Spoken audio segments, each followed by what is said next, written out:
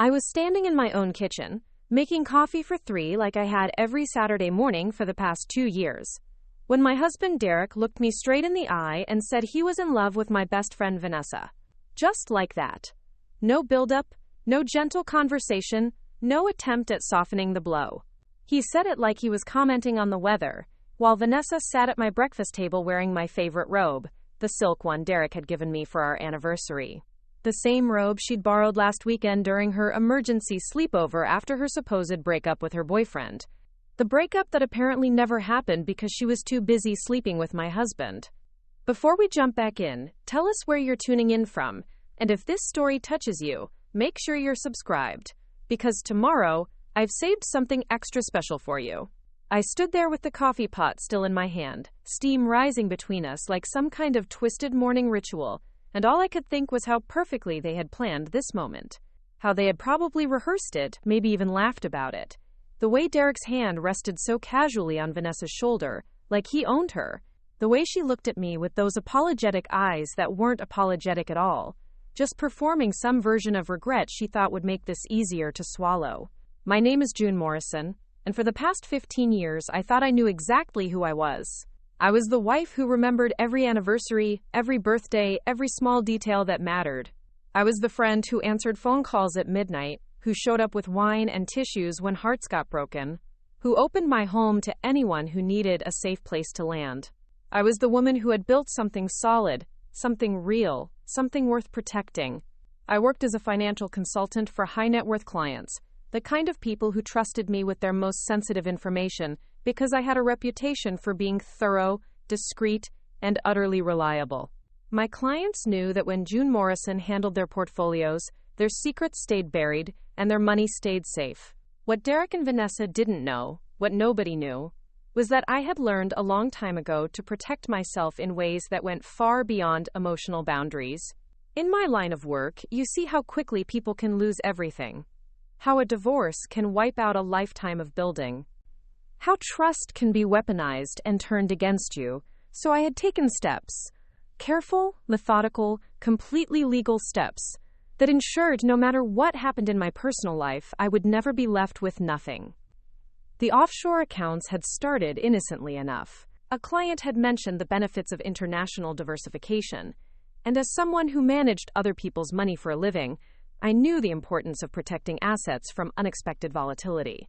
Over the years, through careful planning and legitimate investment strategies, I had quietly built a financial safety net that existed entirely outside of the joint accounts Derek knew about. Money that had been carefully moved, invested, and grown in jurisdictions that offered both security and privacy.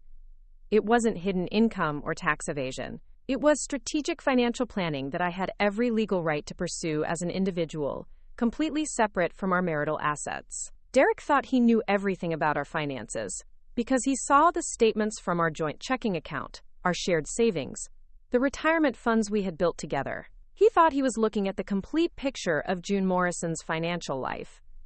But Derek had never been particularly interested in the details of money management. He left all of that to me, the expert. He trusted me to handle everything, which meant he had no idea that the woman standing in front of him, holding a coffee pot and listening to him destroy their marriage, had resources he couldn't even imagine. Vanessa had been my closest friend since college. We had been each other's maid of honor. We had shared secrets, dreams, fears, and apparently, now we had shared my husband. She was the one who had encouraged me to trust Derek completely, to merge our lives entirely, to stop being so careful about maintaining my independence. She had laughed at my cautious nature, called me paranoid for keeping some things separate.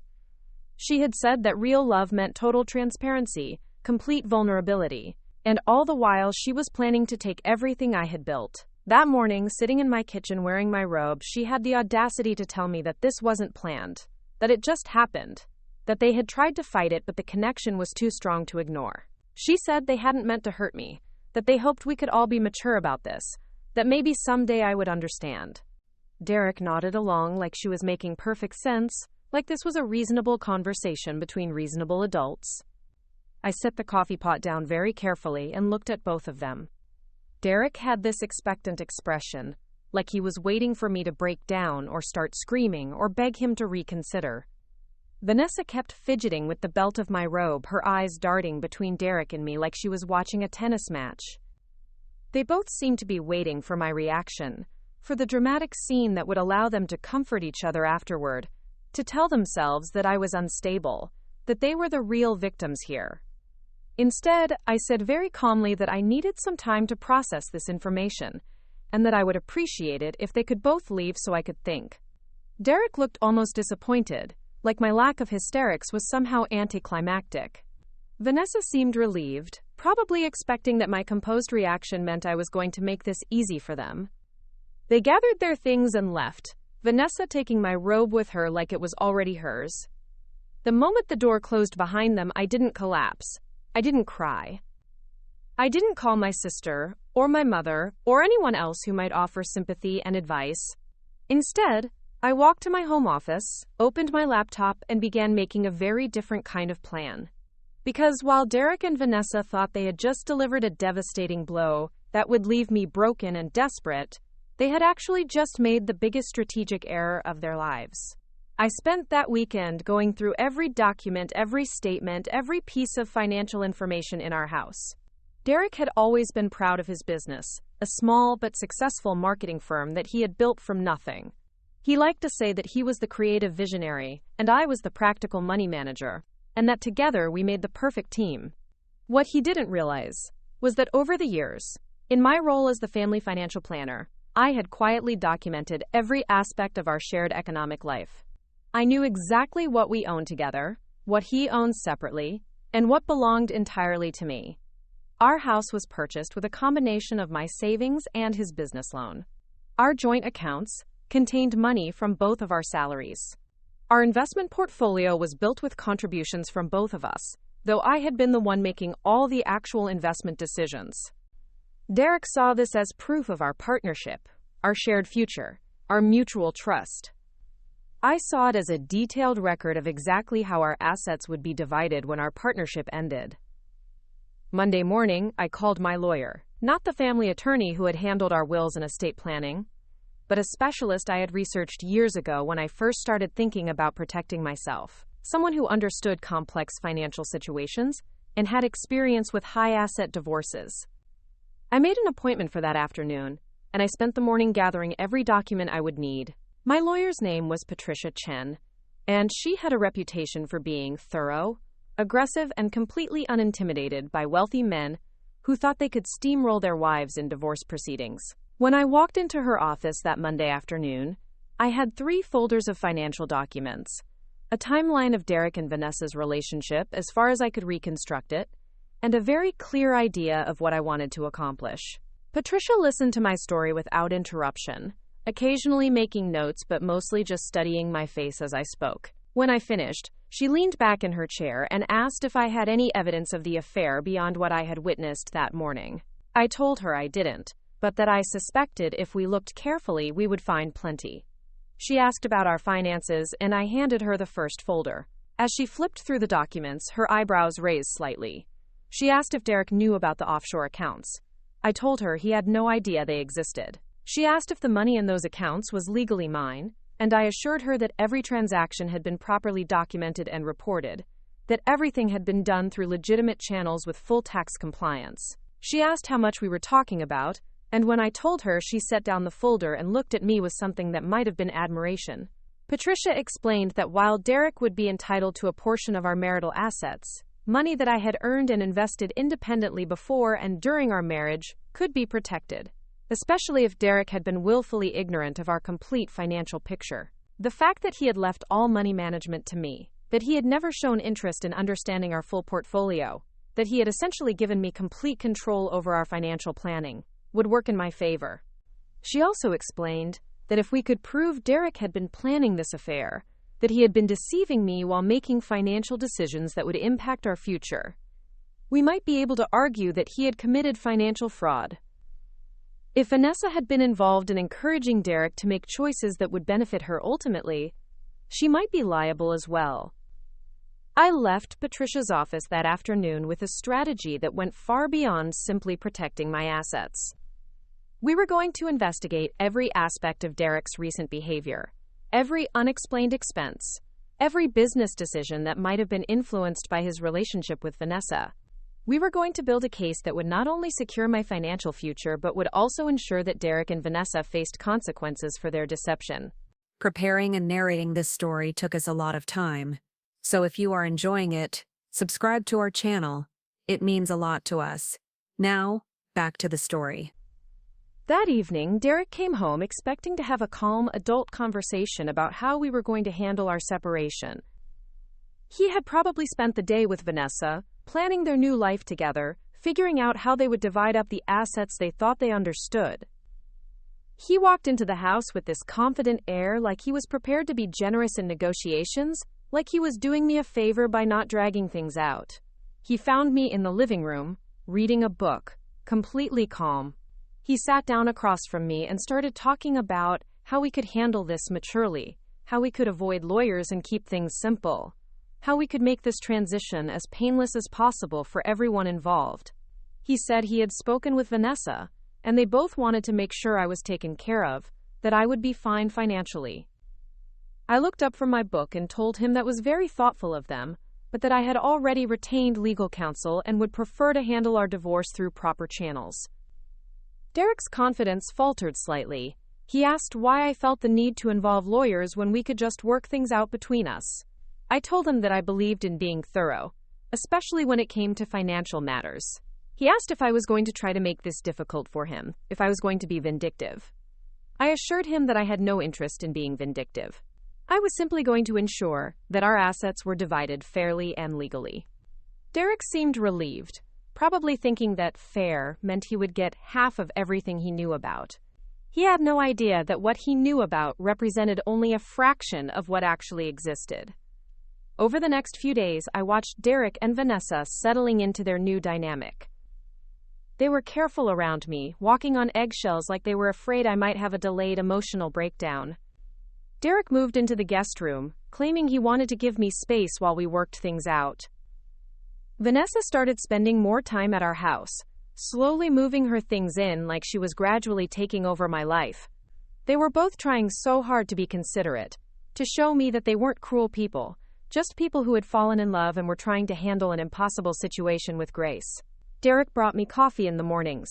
Vanessa offered to cook dinner, using my kitchen like it was already hers. They spoke to me in gentle, patronizing tones, like I was a wounded animal that might bite if startled. What they didn't see was that every day, I was documenting everything. Every time Derek left the house to meet with Vanessa privately. Every unexplained charge on our credit cards. Every business expense that seemed questionable. Every phone call that he took in another room. Every email that he deleted from our shared computer. I also started reaching out to mutual friends, not to complain or seek sympathy, but to gather information. I mentioned casually that Derek and Vanessa had grown close lately, and I was surprised by how many people told me they had noticed signs months ago. Apparently, their affair had been an open secret among our social circle, and I had been the only one who didn't know. People had seen them together at restaurants when I was out of town for work. They had been spotted holding hands at a bar across town. They had been careless, confident that I was too trusting to ever suspect anything. The more I learned, the clearer it became that this hadn't been a sudden, overwhelming passion that they couldn't resist. This had been a calculated, long-term relationship that they had hidden while planning their future together. Derek had been making business decisions with Vanessa's input. He had taken out loans and made investments that would benefit him in a divorce. He had been preparing for this conversation for months, positioning himself to walk away with as much as possible while leaving me with as little as he could manage. 2 weeks after their kitchen confession, Patricia called me with the first results of her investigation. She had hired a private investigator who specialized in financial fraud, and they had found evidence that Derek had been moving money out of our joint accounts and into investments that would be harder to trace in a divorce. He had also been inflating his business expenses and underreporting income, creating a financial picture that would make it appear that our shared assets were worth less than they actually were. Even more interesting, the investigator had discovered that Vanessa had been involved in several of Derek's recent business decisions. She had been listed as a consultant on projects that paid her directly from Derek's business accounts. Money that should have been part of our household income had been diverted to Vanessa as payment for services that were vaguely defined and poorly documented.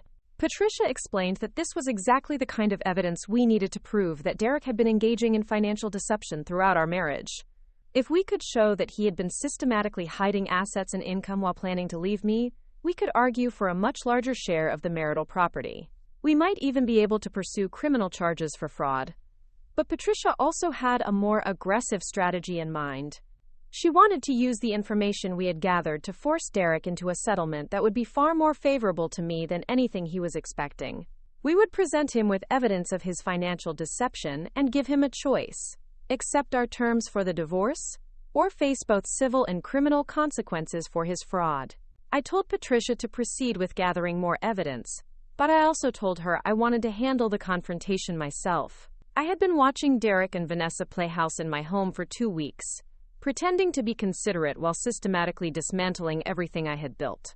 I wanted them to understand exactly what they had done, and exactly what it was going to cost them. That Friday evening, Derek and Vanessa were in the living room, looking through real estate listings on his laptop. They were planning to buy a house together, probably using money they thought they would get from our divorce settlement. They had a bottle of wine open and were laughing about something on the screen, completely comfortable in what used to be my home. I walked into the room carrying a folder and sat down across from them. Derek looked up with that careful smile he had been wearing around me, the one that was supposed to show how mature and civilized he was being about everything. Vanessa immediately started to close the laptop, like she was embarrassed to be caught planning their future in front of me. I told them I had some information they might find interesting, and I opened the folder. Inside were copies of bank statements, business records, credit card bills, and photographs taken by the private investigator. Evidence of their affair going back over a year. Evidence of Derek's financial manipulation. Evidence of payments made to Vanessa through Derek's business. Evidence of money moved and hidden and stolen. Derek's face went white as he realized what he was looking at. Vanessa started to say something about how this looked worse than it was, how she could explain everything. I held up my hand and told them both to be quiet, because I wasn't finished. I explained that I had retained an attorney who specialized in complex financial fraud cases. I told them that we had evidence of systematic deception and asset hiding that could result in both civil and criminal charges. I mentioned that the payments to Vanessa could be considered conspiracy to commit fraud, and that she could be held liable for damages as well as face criminal prosecution.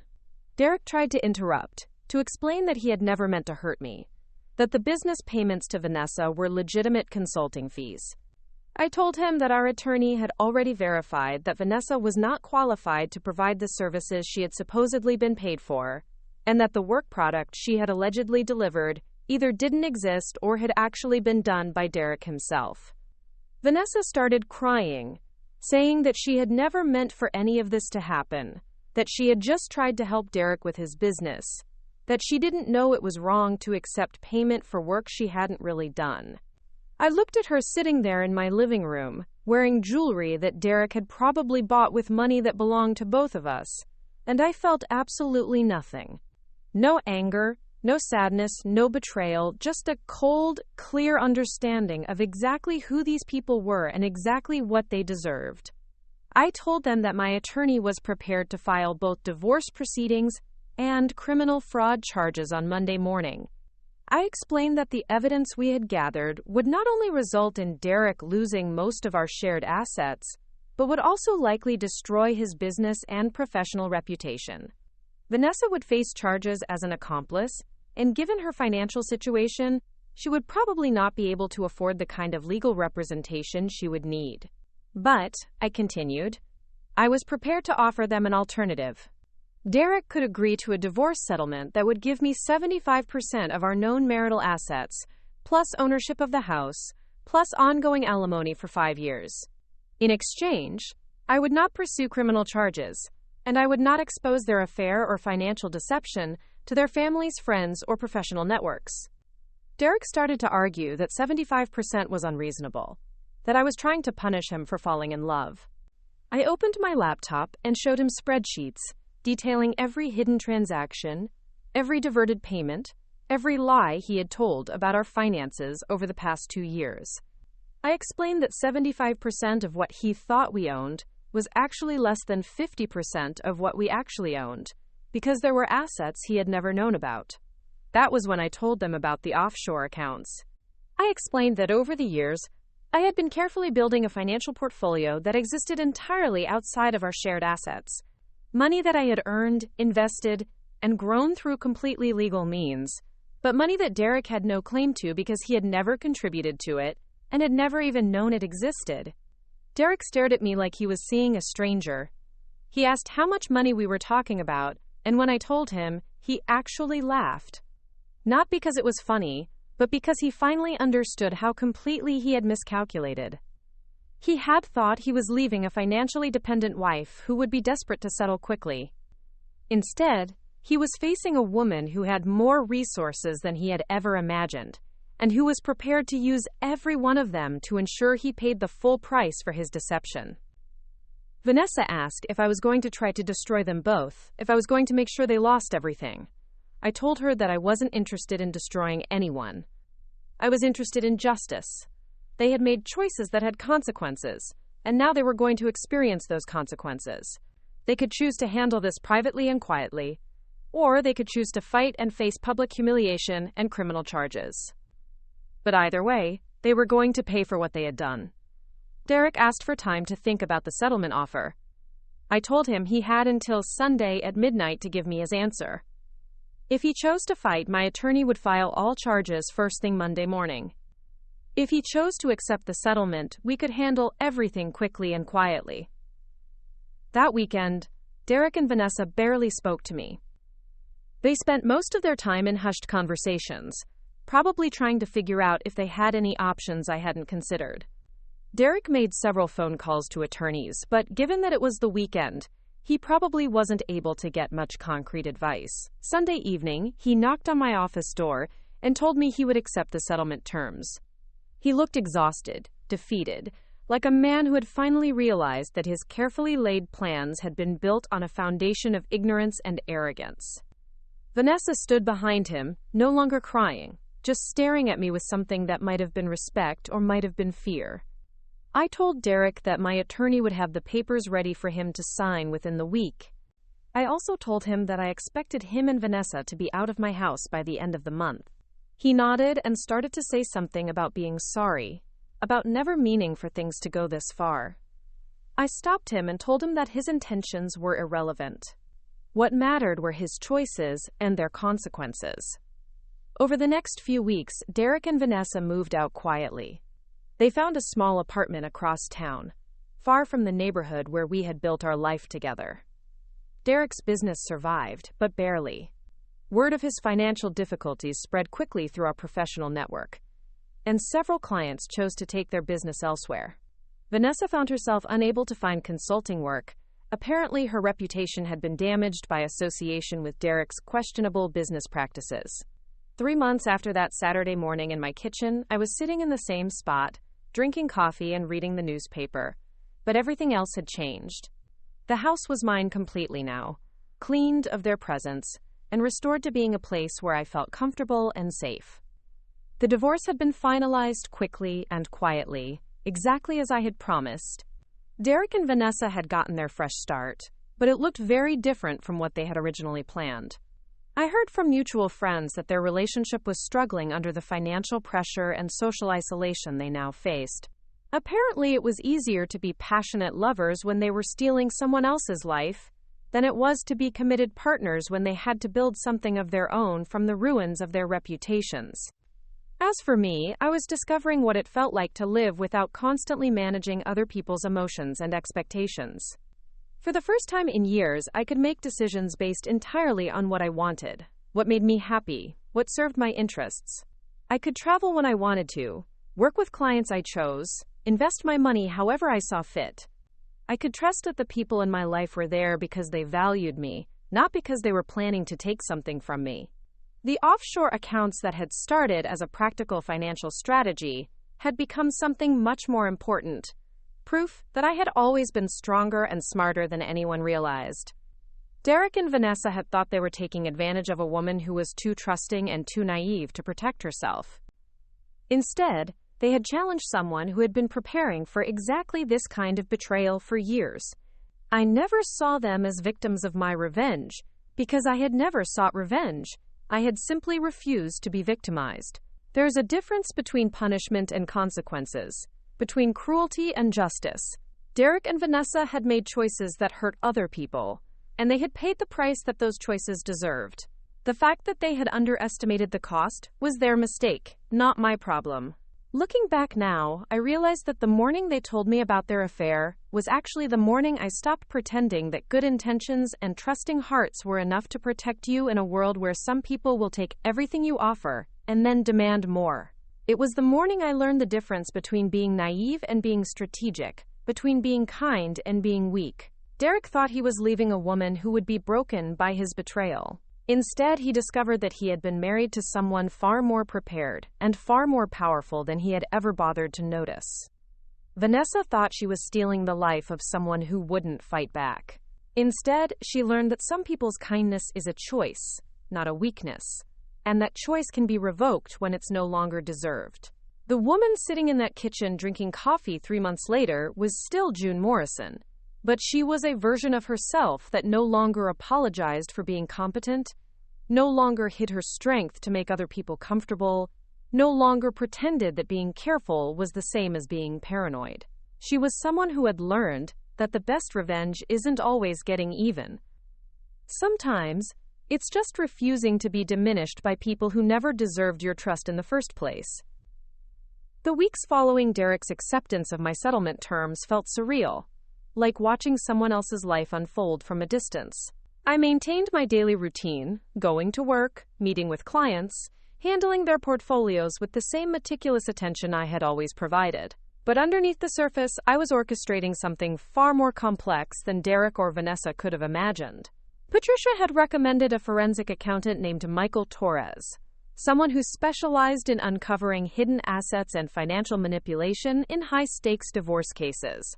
Michael had worked with law enforcement agencies, handled corporate fraud investigations, and had a reputation for finding money that people thought they had successfully concealed. When I met with him that Tuesday morning, I brought copies of every financial document I had accumulated over our marriage, but I also brought something else: a detailed timeline of Derek's behavioral changes over the past 2 years.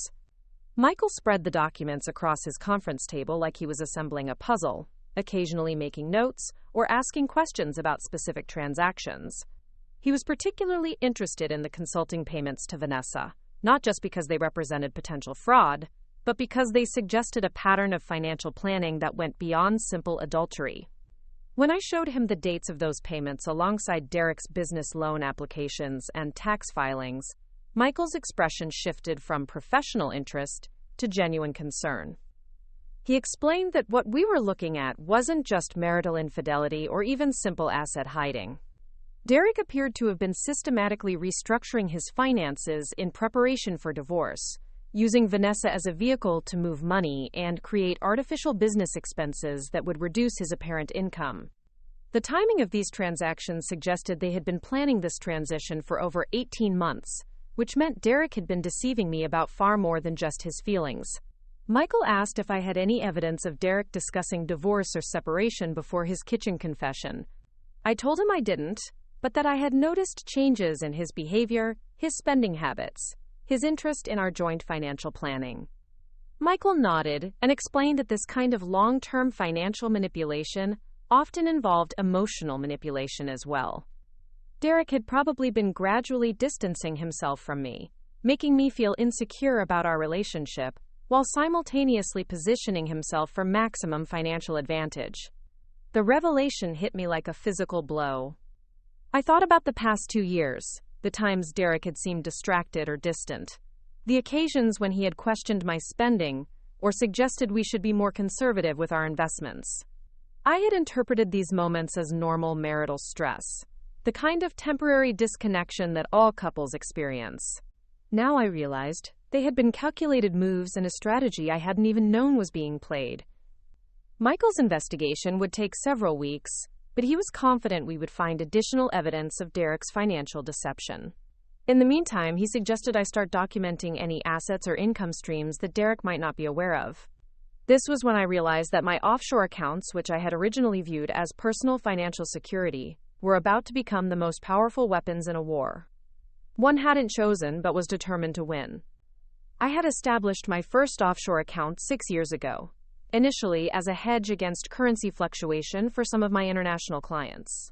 As my expertise in global financial markets grew, I had gradually moved more of my personal assets into carefully structured overseas investments.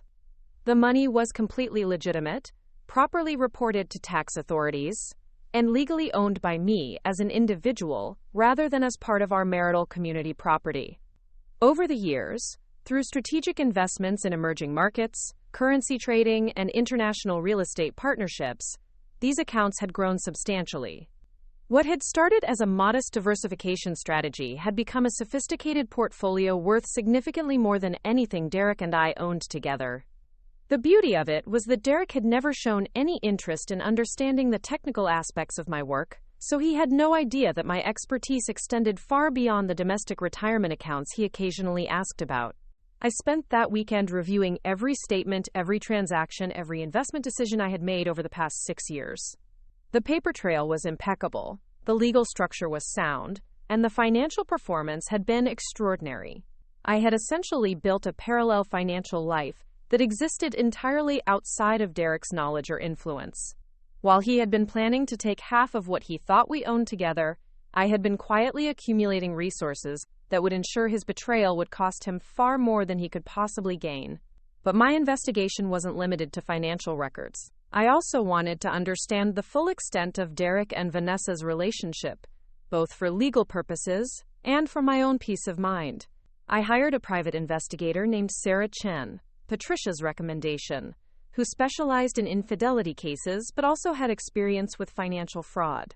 Sarah's job was to document Derek and Vanessa's relationship timeline, identify any other people who might have been involved in their deception, and gather evidence that could support our claims of systematic fraud. Sarah's initial report was devastating in its thoroughness. She had traced Derek and Vanessa's relationship back almost 2 years, starting with innocent coffee meetings that gradually escalated to weekend getaways, and eventually to a full-blown affair. But more disturbing was the evidence that Vanessa had been actively involved in Derek's business decisions from very early in their relationship. Phone records showed regular conversations between them during business hours, often coinciding with major financial decisions Derek had made without consulting me. Even more damaging was Sarah's discovery that Derek and Vanessa had been apartment hunting together for over 6 months before Derek's kitchen confession. They had viewed properties, submitted rental applications, and even put down deposits on places they planned to live together. This wasn't a spontaneous decision driven by overwhelming passion.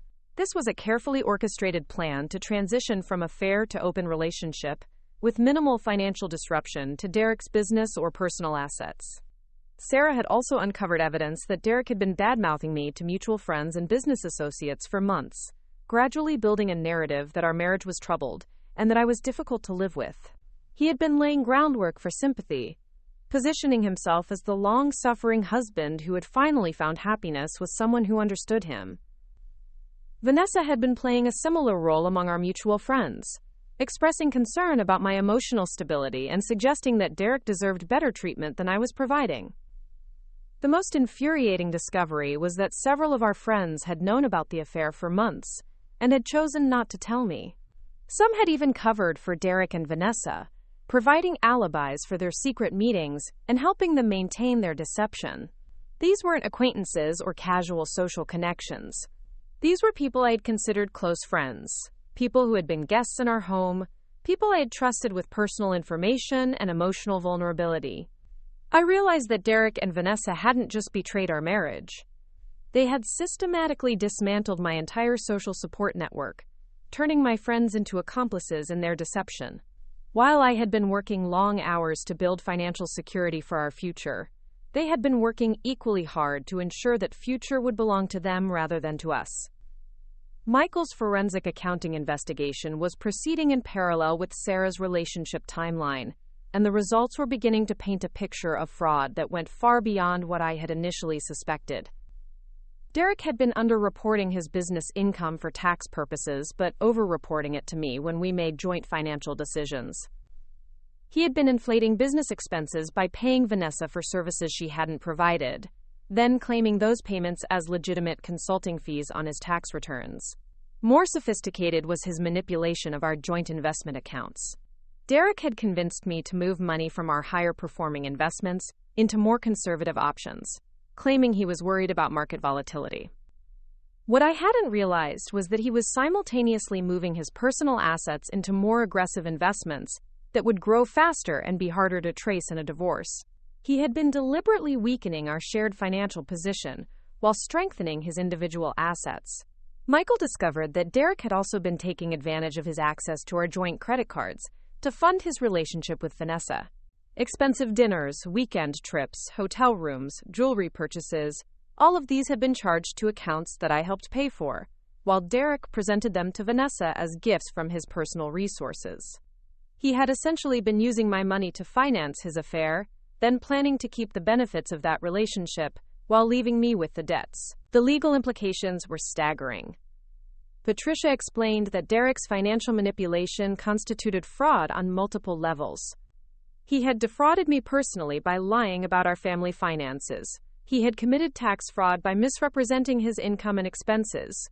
He had engaged in identity theft by using joint credit accounts for personal expenses, without my knowledge or consent. And Vanessa by accepting payments for work she hadn't performed, and by knowingly participating in the deception, could be charged as an accomplice in several of these crimes. But Patricia also warned me that proving these charges in court would be expensive, time-consuming, and emotionally draining. Even with overwhelming evidence, Derek and Vanessa could choose to fight, forcing us through months or years of litigation that would consume resources and energy I might prefer to spend rebuilding my life. She recommended that we use the evidence we had gathered as leverage for a more favorable settlement, rather than pursuing criminal charges that might ultimately prove Pyrrhic. I understood Patricia's reasoning, but I also realized that Derek and Vanessa's crimes went beyond financial damage. They had stolen years of my life based on lies. They had turned my friends against me through manipulation and deception. They had made me question my own judgment, my own worth, my own reality. The financial fraud was just the tip of the iceberg. What they had really stolen was my ability to trust my own perceptions and my confidence in my relationships with other people. That's when I decided that my response needed to address more than just the legal and financial aspects of their betrayal. I wanted Derek and Vanessa to experience the same kind of systematic dismantling of their assumptions and relationships that they had inflicted on me.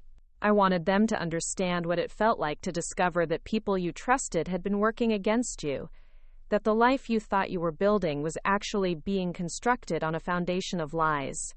I started by reaching out to Derek's business partners and major clients, not to spread gossip or make accusations, but to express concern about some financial irregularities I had noticed in our joint tax returns.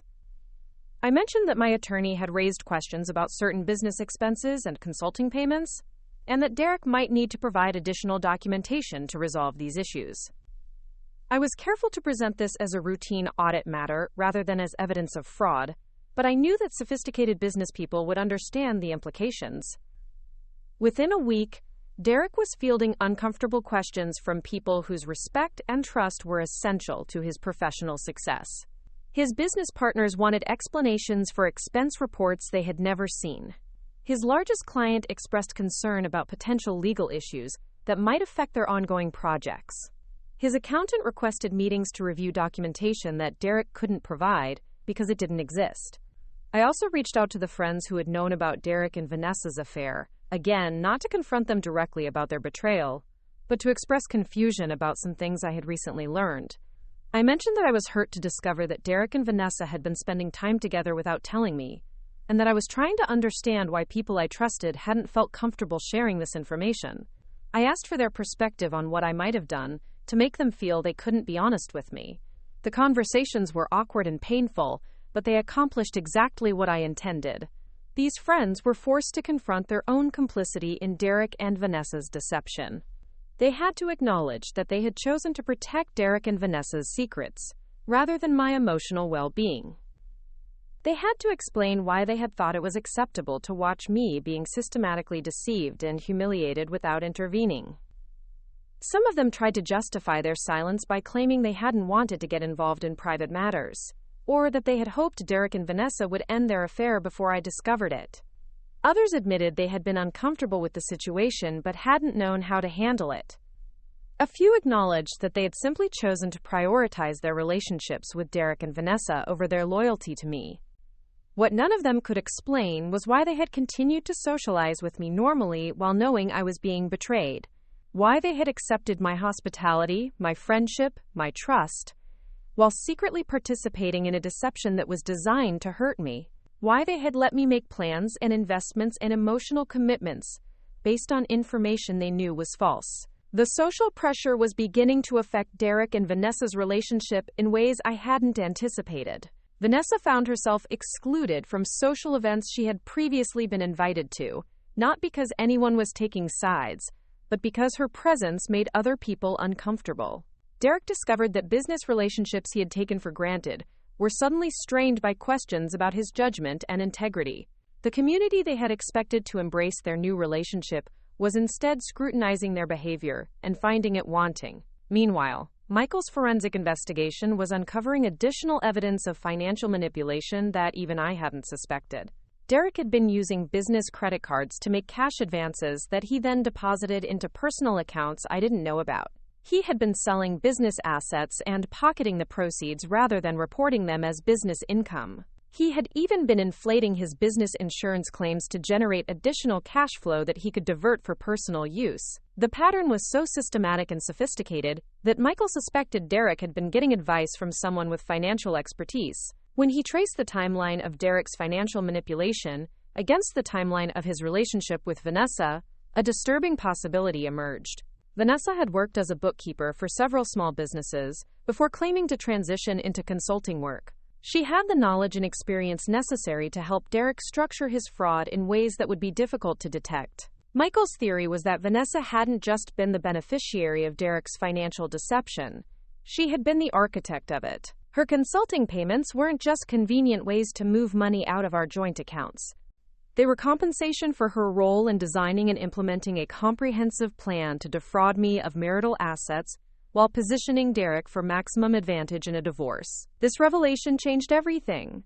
What I had initially viewed as Derek's midlife crisis and Vanessa's opportunistic betrayal was actually a calculated conspiracy to steal my financial security and emotional stability. They hadn't just fallen in love and made poor choices about how to handle their feelings. They had deliberately constructed an elaborate deception designed to transfer wealth from me to them while destroying my ability to fight back effectively.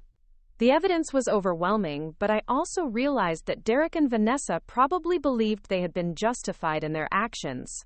Derek had likely convinced himself that he deserved a larger share of our assets because he was the primary income earner, conveniently ignoring the fact that my financial management had been responsible for most of our wealth accumulation. Vanessa had probably rationalized her participation by viewing me as an obstacle to Derek's happiness. Someone who was standing in the way of true love and deserved whatever consequences resulted from her own naivete.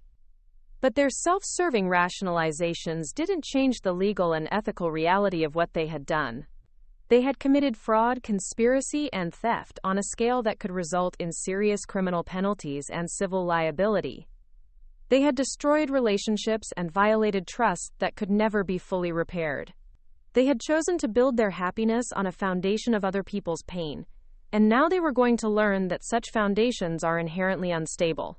I scheduled a meeting with Derek for the following Friday afternoon, ostensibly to discuss some final details about our property settlement. I didn't tell him that Michael and Sarah would be present, or that Patricia would be participating by phone. I didn't mention that we now had evidence of financial crimes that went far beyond what we had originally discussed. I simply suggested that we needed to review some documentation to ensure our divorce agreement was comprehensive and accurate. Derek arrived at Patricia's office clearly expecting a routine administrative meeting. He looked confident, perhaps even relieved that we were finally wrapping up what he probably viewed as an unpleasant but necessary process. He had brought a legal pad with some notes, probably questions about timing and logistics for finalizing our separation. When he walked into the conference room and saw Michael's forensic accounting materials spread across the table, his confidence faltered slightly. When Patricia introduced Michael and Sarah and explained their roles in our investigation, Derek's face went pale. When I calmly explained that we had uncovered evidence of systematic financial fraud involving both him and Vanessa, Derek's composure collapsed entirely. Patricia began presenting the evidence methodically, starting with the false consulting payments and gradually building to the more sophisticated aspects of Derek's financial manipulation. Michael provided detailed explanations of each fraudulent transaction, showing how Derek had systematically diverted marital assets for personal use while misrepresenting our family's financial position. Sarah added context about the timeline of Derek and Vanessa's relationship, demonstrating that the financial fraud had been coordinated with their affair from the very beginning. Derek tried several times to interrupt, to offer explanations or justifications for individual transactions, but the cumulative weight of the evidence was overwhelming. Every excuse he attempted was contradicted by documentation we had obtained. Every claim of innocence was undermined by patterns of behavior that clearly demonstrated intent to defraud.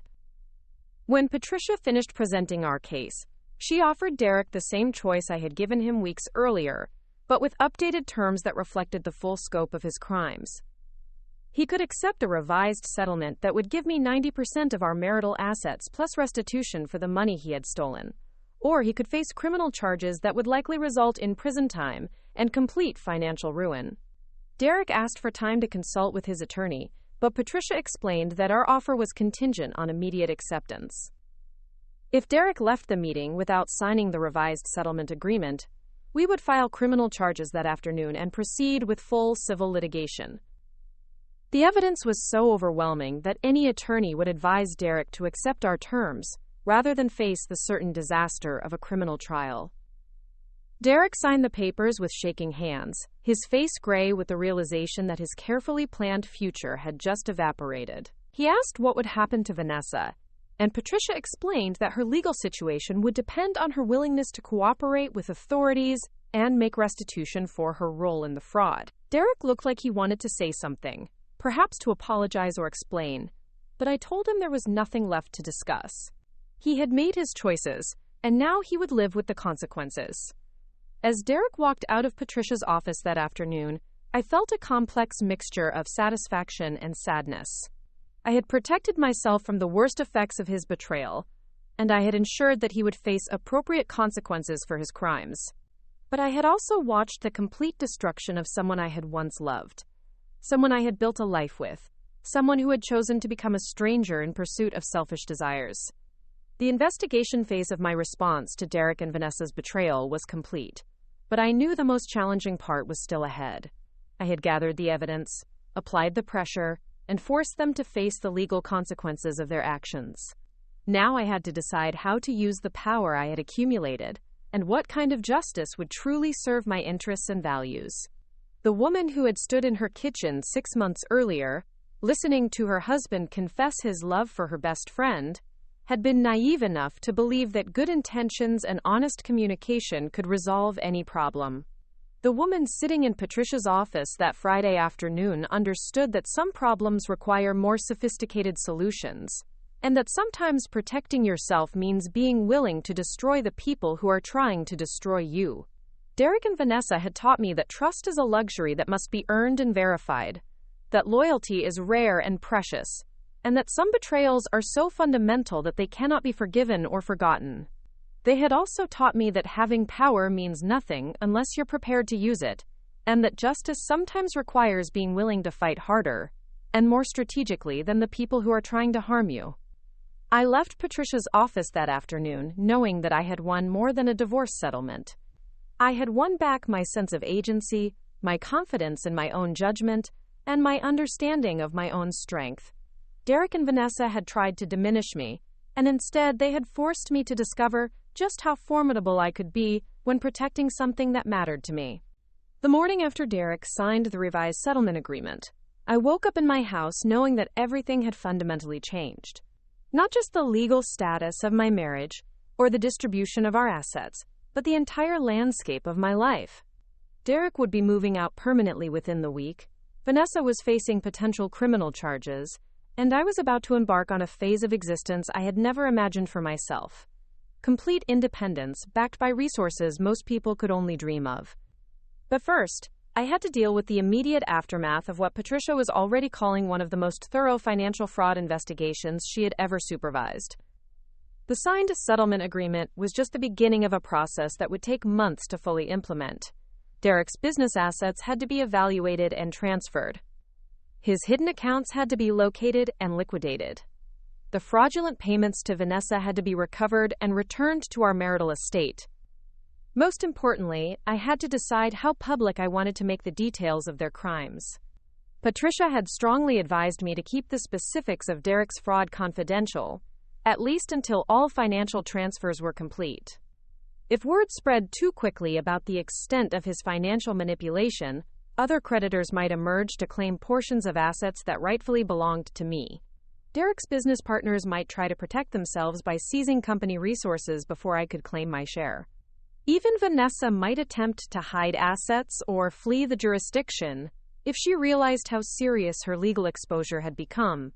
But I was also acutely aware that Derek and Vanessa were probably working together to develop their own strategy for dealing with the consequences of their exposure. They might be planning to declare bankruptcy, or to transfer assets to relatives, or to claim that I had somehow coerced Derek into signing an unfair agreement.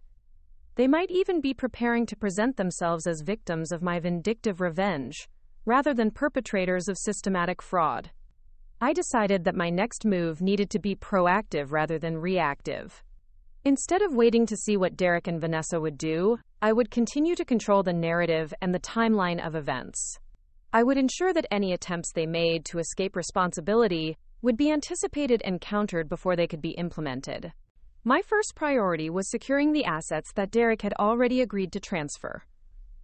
Patricia had insisted on language in our settlement that required Derek to provide complete financial disclosure within 72 hours of signing the agreement. This meant he had to produce bank statements, business records, tax returns, and documentation for every asset he owned or controlled. If he failed to comply fully, or if we discovered that he had concealed anything, the entire agreement could be voided, and we could pursue criminal charges immediately.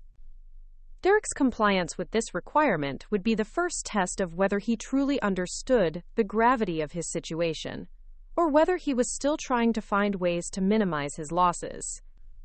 I suspected he would attempt partial compliance, providing most of the required information while holding back anything he thought we might not be able to discover independently. Meanwhile, Michael Torres was conducting his own parallel investigation of Vanessa's financial situation. Since she had been accepting fraudulent payments from Derek's business, she was legally required to return that money as restitution. But Michael suspected that Vanessa had been using those payments to fund a lifestyle she couldn't afford on her legitimate income, which meant the money might already be spent on non-recoverable expenses like travel, luxury goods, or living costs. If Vanessa couldn't make full restitution, she would face more serious criminal charges and potential jail time. This gave me leverage that I could use to ensure her cooperation in exposing any additional aspects of their conspiracy that we hadn't yet discovered. Vanessa was facing a choice between bankruptcy and imprisonment, and I was in a position to influence which consequence she would ultimately face. But I also had to consider the broader implications of Derek and Vanessa's public humiliation. Our mutual friends and social connections were already aware that our marriage had ended badly, but they didn't yet know the full extent of the financial crimes that had been involved. Derek's business associates knew he was facing some kind of audit or legal review, but they probably assumed it was routine post-divorce scrutiny rather than evidence of systematic fraud. If I chose to make the details of their crimes completely public, Derek's business would almost certainly collapse, Vanessa would be unemployable in any position requiring financial responsibility, and both of them would face social ostracism that would extend far beyond our immediate community. Their families would learn that their children had been living double lives built on theft and deception. Their future romantic prospects would be severely limited by their documented history of financial manipulation and infidelity. The question was whether this level of destruction served my interests or simply satisfied my desire for revenge. I had already secured the financial protection I needed, and I had ensured that Derek and Vanessa would face legal consequences for their actions. Did I also need to destroy their ability to rebuild their lives, or would that cross the line from justice to cruelty? The answer came to me when Derek failed to meet the 72-hour deadline for complete financial disclosure. He provided most of the required documents, but Patricia immediately noticed several gaps and inconsistencies that suggested he was still trying to hide assets. Most egregiously, he had failed to disclose a business credit line that we knew existed because Michael had found evidence of it in his forensic investigation.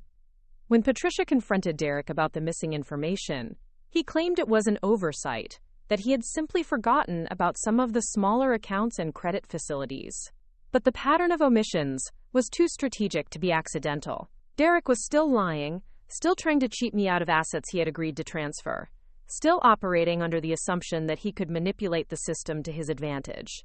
That was when I realized that Derek hadn't learned anything from our investigation, or from the overwhelming evidence of his crimes. He was still the same person who had spent 2 years systematically defrauding his wife, while planning to abandon her for her best friend. He was still someone who believed that other people existed to serve his interests, and that rules and agreements were suggestions, rather than binding commitments. If Derek was going to continue trying to cheat me even after signing a settlement agreement, then I had no obligation to protect him from the full consequences of his choices. If he wanted to keep fighting, I would finish what he had started, but I would fight with resources and strategies he couldn't match. I called Sarah Chen and asked her to compile a comprehensive report on Derek and Vanessa's affair, including names, dates, locations, and any evidence of their financial conspiracy that would be relevant to a public disclosure. I also asked her to research the legal requirements for making such information public, without violating privacy laws or exposing myself to defamation claims. Patricia initially tried to dissuade me from this approach, arguing that public exposure might complicate our efforts to recover the remaining assets Derek owed me. But when I explained that Derek was already violating our settlement agreement, she agreed that more aggressive measures were justified. She also pointed out that making Derek's crimes public might actually help us locate additional hidden assets, since other people who had been affected by his fraud might come forward with information. The first phase of my public disclosure strategy involved reaching out to Derek's business partners and major clients with specific information about the financial irregularities we had discovered. I didn't make accusations or demand any particular action from them. I simply provided factual information about questionable transactions and suggested that they might want to conduct their own independent review of their business relationships with Derek. The response was immediate and devastating. Derek's largest client terminated their contract within 24 hours, citing concerns about potential legal liability. His business partners called an emergency meeting to discuss the future of their partnership. His bank froze his business credit line, pending a review of his loan applications and financial statements. Within a week, Derek was facing the complete collapse of the business he had spent years building. He called me repeatedly, sometimes angry and sometimes pleading, asking me to retract the information I had shared and to confirm that our settlement agreement was still valid. I referred all of his communications to Patricia, who informed him that the agreement was still valid, but that his continued failure to comply with disclosure requirements was jeopardizing his ability to benefit from it. Meanwhile, I had begun reaching out to our mutual friends and social connections with a different kind of disclosure. I wasn't sharing details about Derek's financial crimes, which might have legal implications I preferred to avoid. Instead, I was simply being honest about the emotional impact of discovering that so many people I trusted had been aware of Derek and Vanessa's affair without telling me. I scheduled individual coffee meetings with several friends, during which I explained how hurt and confused I was to learn that Derek and Vanessa had been deceiving me for so long. I asked these friends to help me understand what I had done wrong, how I had failed as a wife and friend, to create an environment where people felt they could be honest with me. I expressed genuine curiosity about how they had justified their decision to protect Derek and Vanessa's secret, rather than my emotional well-being. These conversations were profoundly uncomfortable for everyone involved, but they accomplished exactly what I intended. My friends were forced to confront the ethical implications of their complicity in Derek and Vanessa's deception. They had to acknowledge that they had prioritized avoiding conflict over protecting someone who trusted them. They had to explain why they had thought it was acceptable to watch me being systematically betrayed without intervening. Some of these friends tried to minimize their knowledge or their responsibility, claiming they had only suspected something was wrong, but hadn't been certain enough to say anything. Others admitted they had known about the affair but had hoped it would end before I discovered it. A few acknowledged that they had simply been cowards, unwilling to risk their own comfort by getting involved in a messy situation. But what none of them could justify was their decision to continue socializing with me normally, while knowing I was being deceived. They couldn't explain why they had accepted my hospitality and friendship while secretly participating in a conspiracy to humiliate me. They couldn't defend their choice to let me make plans and investments based on information they knew was false. The social pressure from these conversations began to fracture the community that Derek and Vanessa had expected to embrace their new relationship. People who had been willing to overlook their affair when it was a private matter became much less comfortable when forced to confront their own role in enabling it. Friends who had planned to maintain relationships with both sides found themselves having to choose between supporting victims or supporting perpetrators. Vanessa was particularly vulnerable to this social pressure because her entire identity had been built around being likable and supportive. She had always positioned herself as the friend who was there for everyone, the person you could count on in a crisis, the woman who understood and forgave other people's weaknesses. Now she was being revealed as someone who had spent 2 years systematically betraying her closest friend while accepting that friend's love and trust. I heard through mutual acquaintances that Vanessa was struggling with depression and anxiety, that she was having difficulty sleeping and eating, that she was isolating herself from social activities she had previously enjoyed. Some people interpreted this as evidence that she was genuinely remorseful about her actions and deserved sympathy rather than continued punishment. But I remembered the woman who had sat in my kitchen wearing my robe, smiling while she told me that my husband loved her instead of me. I remembered the text she had sent to Derek, joking about my naivete and discussing their plans for my house. I remembered the consulting payments she had accepted for work she hadn't performed, money that had been stolen from my household budget to fund their secret relationship. Vanessa's current distress wasn't evidence of moral awakening. It was simply the natural consequence of being exposed as someone who had built her entire social identity on a foundation of lies and manipulation. She wasn't suffering because she finally understood the harm she had caused. She was suffering because she could no longer maintain the facade that had allowed her to feel good about herself while doing terrible things to other people. Derek's response to the collapse of his business and social relationships was characteristically self-serving. He began telling people that I was vindictive and unstable, that I was using my financial resources to destroy him out of spite rather than seeking reasonable compensation for our failed marriage. He portrayed himself as the victim of a vindictive ex-wife who couldn't accept that their relationship had simply run its course. This narrative might have been effective if Derek hadn't already been exposed as someone who had committed systematic financial fraud against his wife while planning to abandon her for her best friend. His claims of victimhood were undermined by the documented evidence of his crimes and the testimony of people who had witnessed his deceptive behavior. Instead of generating sympathy, Derek's attempts to rewrite history only reinforced the perception that he was someone who would lie and manipulate to avoid taking responsibility for his actions. More importantly, Derek's public complaints about my supposedly vindictive behavior gave me legal justification for revealing additional details about his crimes. If Derek was going to claim that I was being unreasonable, I was entitled to present evidence showing that my actions were proportionate responses to his documented fraud and deception. Patricia helped me craft a carefully worded public statement that outlined the basic facts of Derek's financial manipulation without making claims that couldn't be supported by evidence. The statement explained that Derek had systematically hidden assets and income during our marriage, that he had used fraudulent business expenses to divert marital funds to his affair partner, and that he had attempted to manipulate our divorce settlement by concealing the true extent of our shared wealth. The statement also noted that Derek had signed a settlement agreement acknowledging his financial misconduct and agreeing to make full restitution, but that he was currently in violation of that agreement's disclosure requirements. I emphasized that I had attempted to resolve these issues privately, but that Derek's continued deception and his public mischaracterization of my motives had made transparency necessary. The impact of this public statement was immediate and far-reaching. Derek's remaining business clients terminated their contracts. His professional reputation was permanently damaged. His family learned details about his behavior that shocked and disappointed them. Most importantly, several other people came forward with information about Derek's questionable business practices that we hadn't previously discovered. One of Derek's former employees contacted Patricia with evidence that Derek had been skimming money from client accounts to fund personal expenses. A vendor reported that Derek had been inflating invoices and pocketing the difference.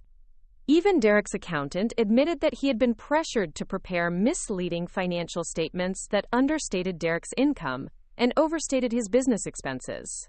This additional evidence transformed Derek's situation from a private marital dispute with financial complications to a potential criminal case involving multiple victims and systematic business fraud. Patricia explained that the district attorney's office would now have sufficient evidence to pursue criminal charges even without my cooperation, which meant Derek could face prison time regardless of whether our civil settlement was finalized. Vanessa's legal situation was also deteriorating rapidly. Michael's investigation had revealed that she had been involved in Derek's business fraud beyond simply accepting payments for work she hadn't performed. She had helped Derek create false documentation for several fraudulent transactions. She had provided advice about how to structure his financial manipulation to avoid detection. She had even used her bookkeeping experience to help Derek mislead his accountant and tax preparer. The evidence suggested that Vanessa hadn't just been a beneficiary of Derek's crimes. She had been a co-conspirator who had used her financial expertise to design and implement a comprehensive scheme to defraud me of marital assets. Her role in the conspiracy was so extensive that she could potentially face charges for fraud, conspiracy, money laundering, and tax evasion. Patricia arranged for Vanessa to meet with federal prosecutors to discuss a possible plea agreement.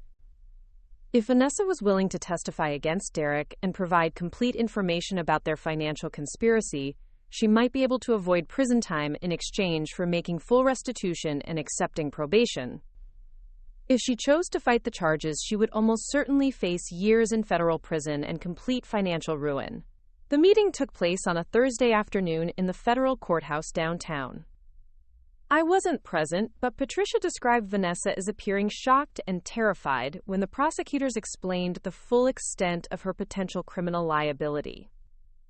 Apparently, Vanessa had convinced herself that accepting payments from Derek was a minor ethical violation rather than participation in a major financial conspiracy. When the prosecutors showed Vanessa the evidence of her involvement in Derek's fraud, including documents she had helped create and financial transactions she had helped structure, she broke down completely. She admitted to everything, provided additional details about aspects of the conspiracy that we hadn't yet discovered, and agreed to cooperate fully with any ongoing investigation of Derek's business practices. Vanessa's cooperation revealed that Derek's financial crimes extended far beyond what he had done to me. He had been defrauding business partners, cheating vendors, misleading investors, and evading taxes for years. The conspiracy with Vanessa had simply been the most recent and sophisticated phase of a pattern of criminal behavior that had been escalating for most of our marriage. This revelation forced me to reconsider everything I thought I knew about Derek and our relationship. I had assumed that his financial manipulation was specifically related to his affair with Vanessa, that it was a relatively recent development, driven by his desire to leave our marriage with maximum financial advantage. Now I understood that Derek had been a criminal for years, and that I had been living with someone whose entire professional and personal life was built on fraud and deception. The woman who had thought she was married to an ambitious but honest businessman had actually been married to someone who was stealing from clients, partners, and vendors, while using his wife's financial expertise to launder and invest the proceeds. Derek hadn't just betrayed our marriage. He had turned me into an unwitting accomplice in crimes I didn't even know were being committed. This realization changed my perspective on everything that had happened since that Saturday morning in my kitchen. Derek's confession about his affair with Vanessa hadn't been an honest attempt to salvage something from our failed marriage. It had been a strategic move to escape from a criminal enterprise before it could be discovered and prosecuted.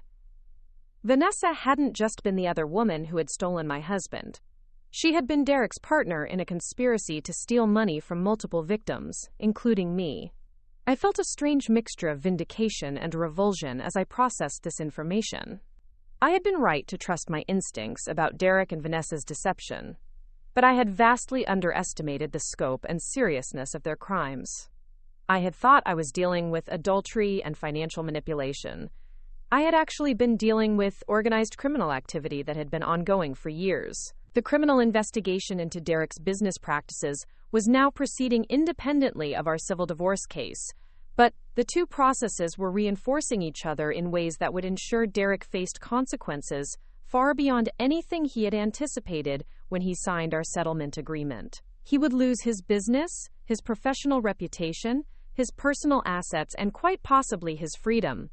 He would also face civil lawsuits from other victims of his fraud, which meant he would be dealing with legal consequences for years even if he managed to avoid prison time. Vanessa's cooperation with prosecutors had earned her a plea agreement that would allow her to avoid prison if she made full restitution and completed 5 years of supervised probation. But the restitution requirements were so extensive that she would essentially be financially devastated for the foreseeable future. She would also have a federal conviction on her record, which would make it extremely difficult for her to find employment in any position requiring financial responsibility or public trust. The personal consequences for both Derek and Vanessa extended far beyond their legal and financial problems. Their families had been shocked and embarrassed by the revelations about their crimes. Their friends had distanced themselves to avoid association with people who had been exposed as systematic liars and thieves. Their romantic relationship, which had supposedly been worth destroying multiple lives to pursue, was now strained by the pressure of facing criminal charges and financial ruin together. I heard through mutual acquaintances that Derek and Vanessa were blaming each other for the escalation of their legal problems. Derek was claiming that Vanessa had manipulated him into committing crimes he wouldn't have considered on his own. Vanessa was insisting that Derek had coerced her into participating in fraud by threatening to end their relationship if she didn't help him. Each was portraying themselves as the victim of the other's influence, neither willing to accept full responsibility for choices they had made together. Their attempts to blame each other were not only morally pathetic, but also strategically counterproductive. By undermining each other's credibility, they were making it easier for prosecutors to build cases against both of them. By demonstrating that their loyalty to each other was conditional and self-serving, they were destroying any sympathy they might have earned from judges or juries who were considering their sentences. As I watched Derek and Vanessa's relationship collapse under the weight of the consequences they had created together, I realized that their affair had never been the great love story they had convinced themselves it was. It had been a partnership between two people who shared a willingness to lie, cheat, and steal to get what they wanted.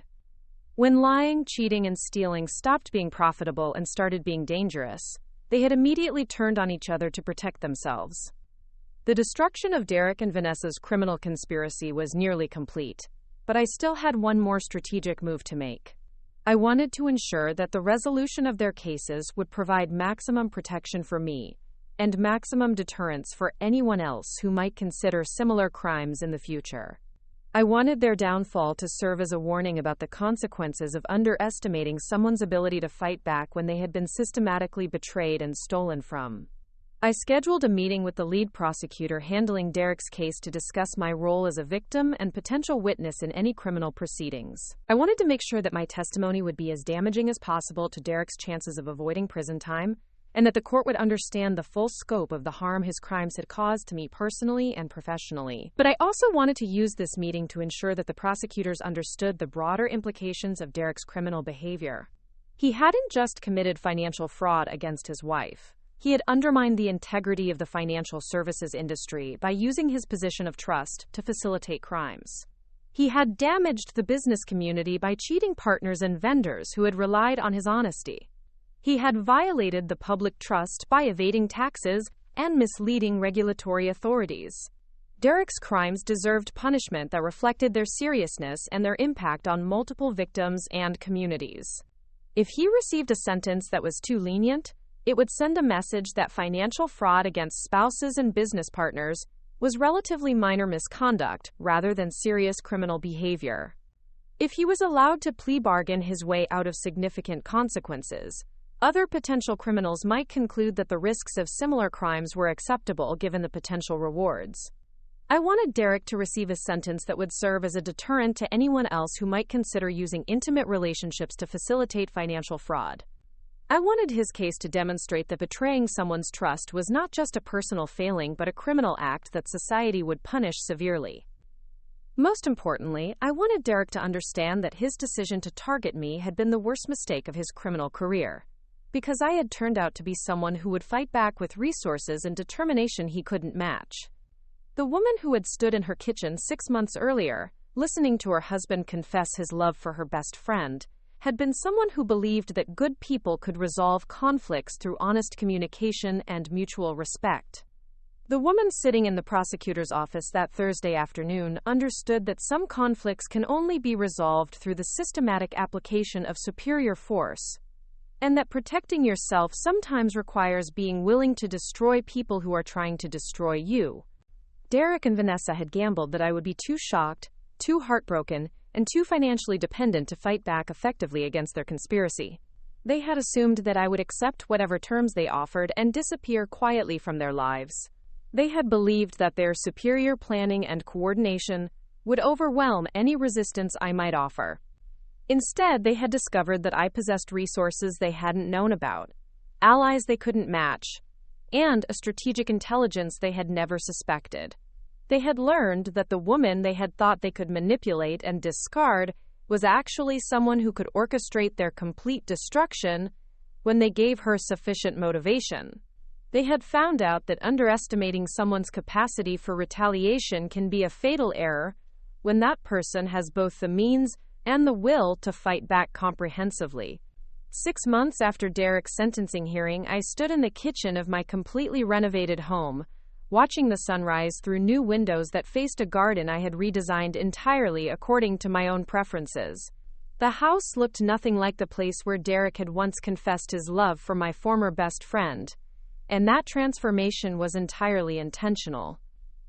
Every room had been reimagined, every piece of furniture replaced, every memory of their presence systematically erased and replaced with something that belonged entirely to me. Derek was serving an 18-month federal sentence at a minimum security facility 3 hours away, followed by 3 years of supervised probation, during which he would be required to make restitution payments to multiple victims of his financial crimes. Vanessa had completed the first year of her probation while working as a cashier at a discount retail store, the only employment she could find with a federal fraud conviction on her record. Their romantic relationship had officially ended the day Derek was sentenced, when Vanessa announced she couldn't emotionally handle being connected to someone whose crimes had destroyed her life. The legal proceedings had concluded exactly as I had anticipated.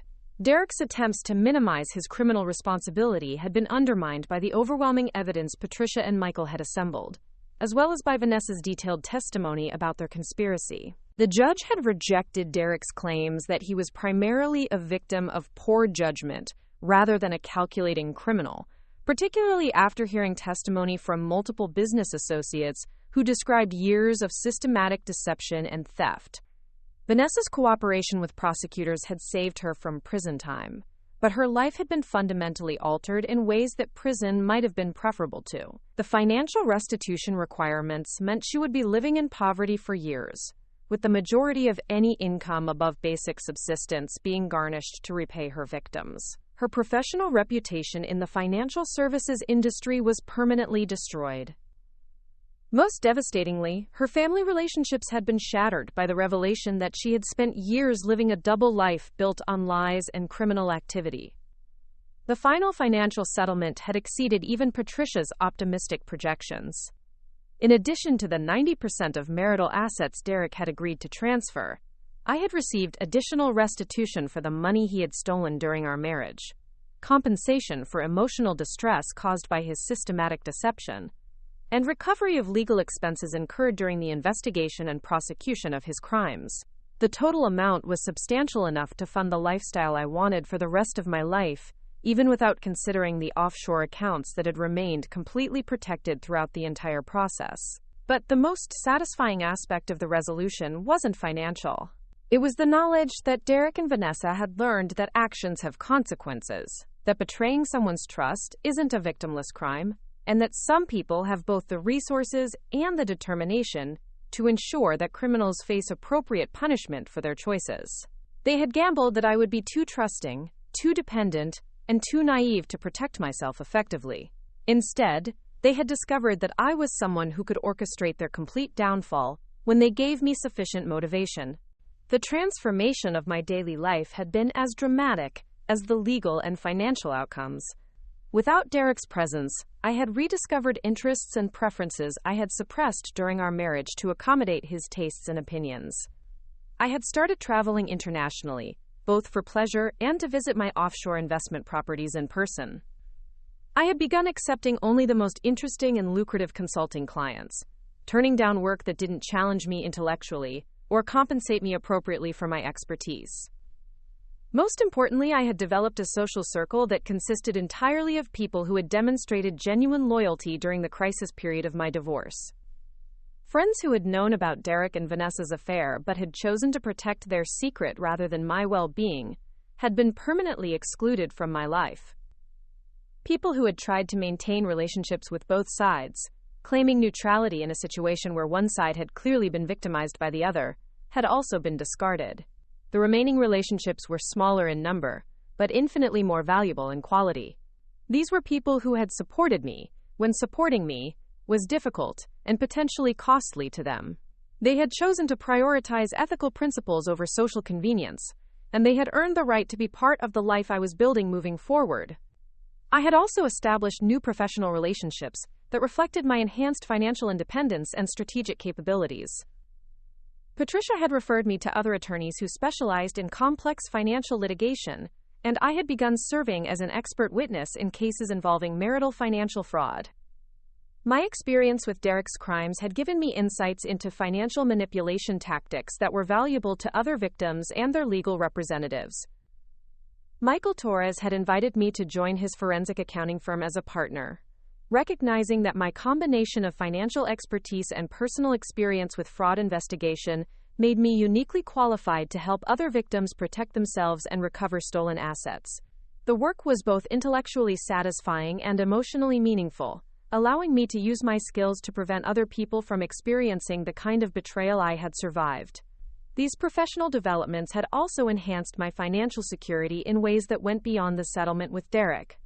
My offshore accounts continued to grow through strategic investments in emerging markets and international real estate.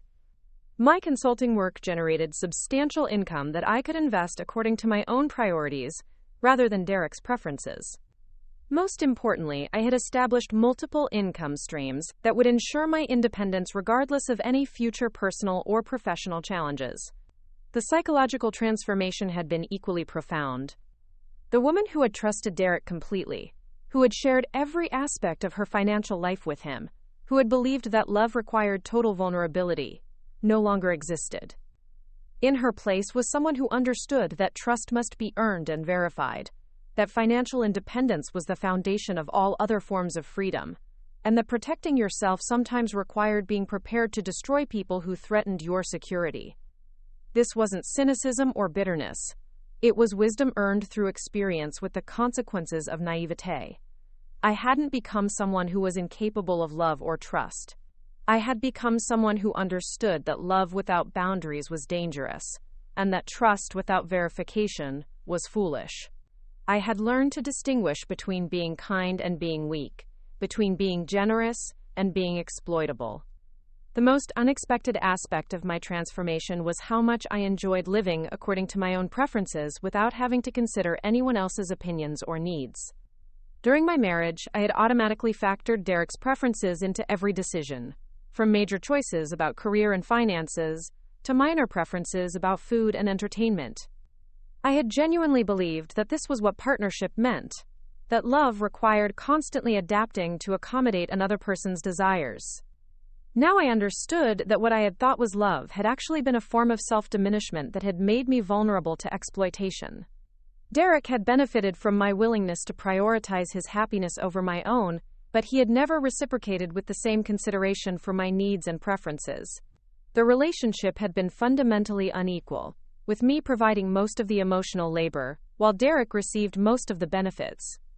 Living alone meant that every decision could be made, based entirely on what would serve my interests and values. I could travel wherever I wanted, whenever I wanted, for as long as I wanted. I could work with clients who challenged me intellectually, rather than settling for whoever provided the most stable income. I could invest my money in opportunities that excited me, rather than conservative options that Derek would have considered safe. The house had become a reflection of this new autonomy.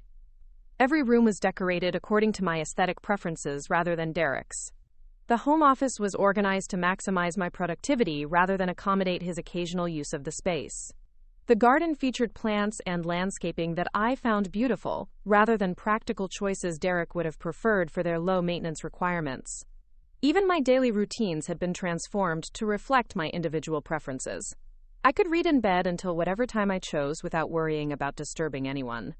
I could play music at whatever volume one preferred without considering whether Derek was trying to work or watch television. I could prepare meals that I enjoyed, rather than constantly trying to find options that would satisfy both of our tastes.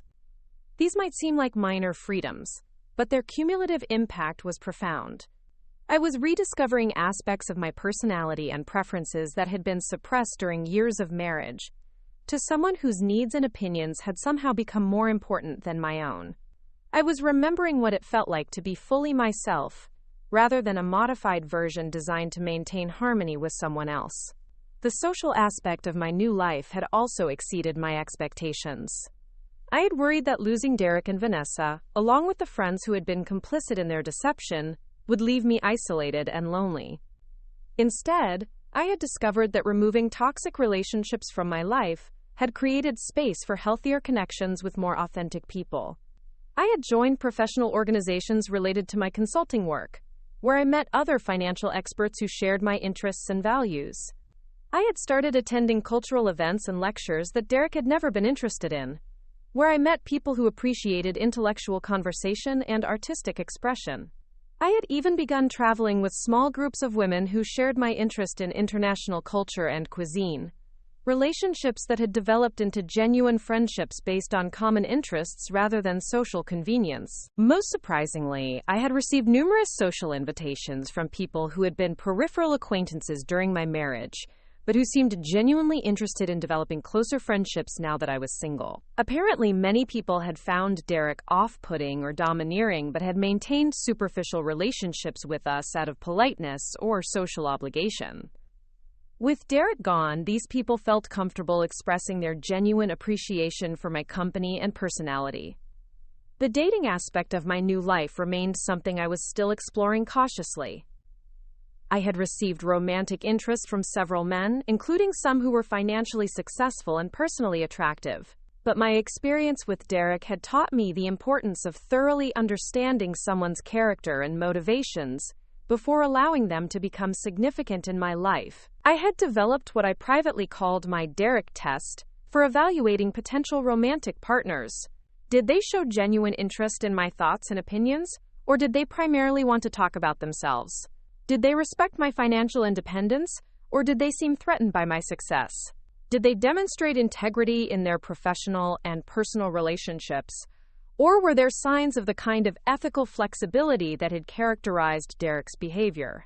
Most importantly, did they add value to my life that justified the risks and complications of intimacy, or would I be happier and more secure maintaining my independence? I had learned that being alone was infinitely preferable to being with someone who diminished my happiness or threatened my security, and I was no longer willing to compromise those standards for the sake of having a relationship. The legal aftermath of Derek and Vanessa's cases had also provided ongoing satisfaction as I watched the long-term consequences of their crimes continue to unfold. Derek's business had been liquidated to pay restitution to his victims, eliminating any possibility that he could resume his criminal activities when his sentence was completed. His professional reputation had been so thoroughly destroyed that he would never again be trusted with other people's money or confidential information. Vanessa's situation was even more personally gratifying to observe. Her federal conviction had made her unemployable in any position requiring financial responsibility, forcing her to accept minimum wage work in retail and food service. Her family relationships had been permanently damaged by the revelation of her criminal behavior and her role in destroying a marriage they had all respected. Most devastating of all, she had lost custody of her teenage daughter, who had chosen to live with her father rather than be associated with her mother's criminal reputation. The social ostracism Derek and Vanessa faced in our former community was comprehensive and apparently permanent. They had both left town shortly after Derek's release from prison, unable to find employment or social acceptance in a place where everyone knew the details of their crimes. I occasionally heard updates about their struggles from mutual acquaintances, who seemed to take a certain satisfaction in sharing news about how far they had fallen from their previous status. Derek was reportedly working as a night manager at a warehouse facility in another state, the only employment he could find that didn't require a background check or professional references. Vanessa had moved in with a distant relative and was working multiple part-time jobs to meet her restitution obligations, while trying to rebuild some kind of relationship with her daughter. Neither of them had been able to establish new romantic relationships, apparently finding that their criminal convictions and financial obligations made them unattractive to potential partners. Their downfall served as a cautionary tale that had spread throughout our professional and social networks. Other people who might have been tempted to engage in similar financial manipulation had seen the devastating consequences Derek and Vanessa faced and had presumably reconsidered their own ethical boundaries. Their cases had become examples of how thoroughly someone's life could be destroyed when they chose to steal from and betray people who had trusted them. The educational aspect of their punishment was almost as satisfying as the personal justice I had achieved. Derek and Vanessa hadn't just paid for their specific crimes against me. They had become living warnings about the dangers of financial fraud and marital betrayal, examples that would hopefully deter other potential criminals from making similar choices. My own reputation had been enhanced rather than damaged by the scandal. People who learned the details of Derek and Vanessa's crimes and my response to them seemed to view me with a mixture of respect and admiration for my strategic intelligence and determination to protect myself. Rather than being seen as a victim, I was regarded as someone who had successfully defended herself against sophisticated criminals and had ensured they faced appropriate consequences. This reputation had actually benefited my professional life in unexpected ways. Clients seemed to trust me more, knowing that I had demonstrated the ability to detect and respond to financial deception. Legal professionals referred more complex cases to me, confident that I could handle challenging investigations with discretion and competence. Even social acquaintances seemed to treat me with greater respect, recognizing that I was someone who shouldn't be underestimated or taken advantage of. The offshore accounts that had been my secret weapon throughout the entire ordeal continued to grow and diversify according to my long-term financial strategy. I had expanded my international investments to include properties in 3 different countries, currency hedging instruments that protected against domestic economic instability, and partnerships with foreign investment firms that provided access to opportunities unavailable to domestic investors.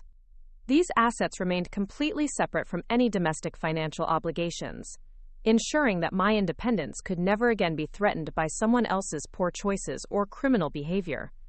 If I ever chose to marry again, I would structure any future relationship to protect these resources while still allowing for appropriate sharing of day-to-day expenses and lifestyle choices. The privacy and security I had built around these accounts had also proven valuable in unexpected ways.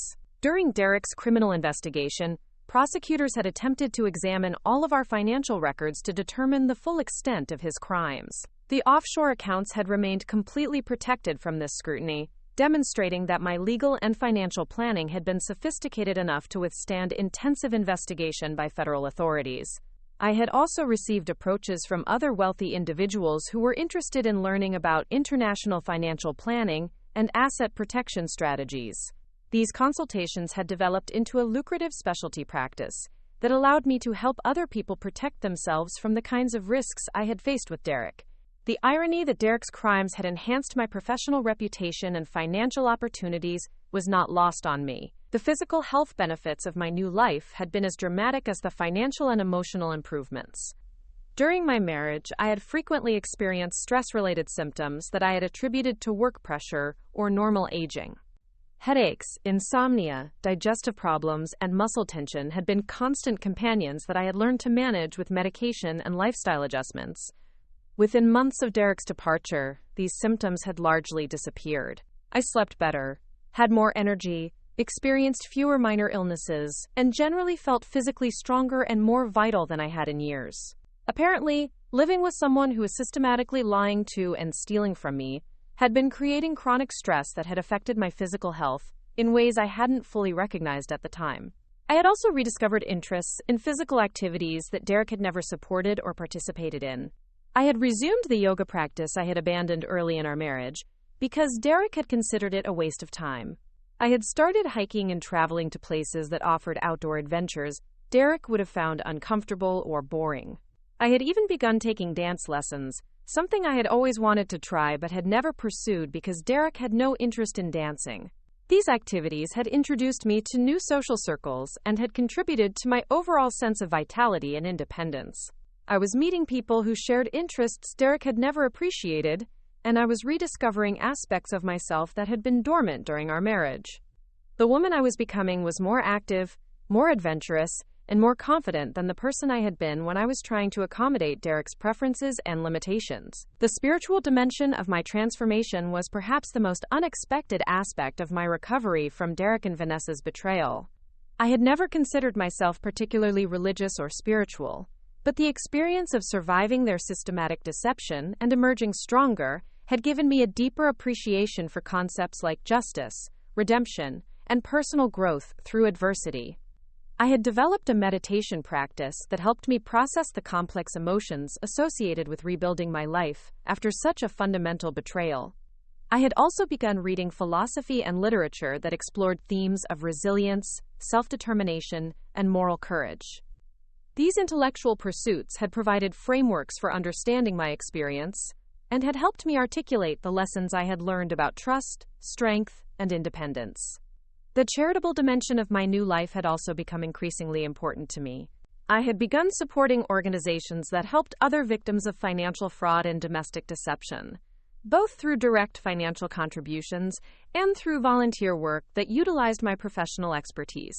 Helping other people navigate similar crises had been emotionally healing for me while also serving important social purposes. I had also established a scholarship fund for women pursuing careers in financial services, recognizing that economic independence was often the key to escaping abusive or exploitative relationships. These scholarships were awarded specifically to women who had demonstrated resilience in overcoming personal or professional challenges, and I took great satisfaction in helping other women develop the skills and resources that had ultimately saved me from Derek's crimes. The creative aspects of my new life had been perhaps the most personally fulfilling discoveries. During my marriage, I had focused so intensively on building financial security and maintaining relationship harmony that I had neglected artistic and creative interests that had once been important to me. Derek had never understood or supported these interests, viewing them as frivolous distractions from more practical pursuits. Now I had both the time and the emotional space to explore creative expression without having to justify or defend these interests to someone who didn't value them. I had resumed painting, something I had loved in college but had abandoned during the demands of building my career and marriage. I had started writing, initially just journaling about my experiences but gradually developing more structured creative projects. These creative pursuits had connected me with other artists and writers who appreciated the value of creative expression for its own sake, rather than solely for its practical benefits. I had joined groups and workshops where I could develop these skills while building relationships with people who shared these interests. The intellectual and emotional stimulation of creative work had added dimensions to my life that I hadn't realized I was missing. The technological aspects of my financial planning had also evolved to reflect my enhanced security awareness and international investment strategy. I had upgraded my digital security systems to protect against the kinds of financial espionage Derek might have attempted if he had been more technologically sophisticated. I had also implemented monitoring systems that would alert me to any attempts to access my accounts or gather information about my financial activities. These security measures had proven valuable not just for protecting against potential threats from Derek and Vanessa, but also for safeguarding against other forms of financial crime that targeted successful individuals. Identity theft, investment fraud, and cyber attacks were ongoing risks that required sophisticated countermeasures, and my experience with Derek's deception had motivated me to take these threats seriously. The international aspects of my financial planning had also expanded to include considerations about potential residence in other countries, if domestic political or economic conditions became unfavorable. I had researched citizenship and residency options in several countries where I maintained significant investments, creating backup plans that would allow me to relocate quickly if necessary, while maintaining access to my financial resources. These contingency plans weren't motivated by paranoia, but by practical recognition that financial independence required preparation for multiple scenarios. Derek's betrayal had taught me the importance of having options and resources that couldn't be threatened by other people's actions or by changing circumstances beyond my control. Looking back on the entire experience, from that Saturday morning in my kitchen to the present day, I was struck by how completely Derek and Vanessa had miscalculated both my character and my capabilities. They had seen someone who was trusting and accommodating, and they had assumed this meant I was weak and exploitable. They had observed my willingness to compromise and cooperate, and they had interpreted this as evidence that I would accept whatever terms they offered, rather than fight back.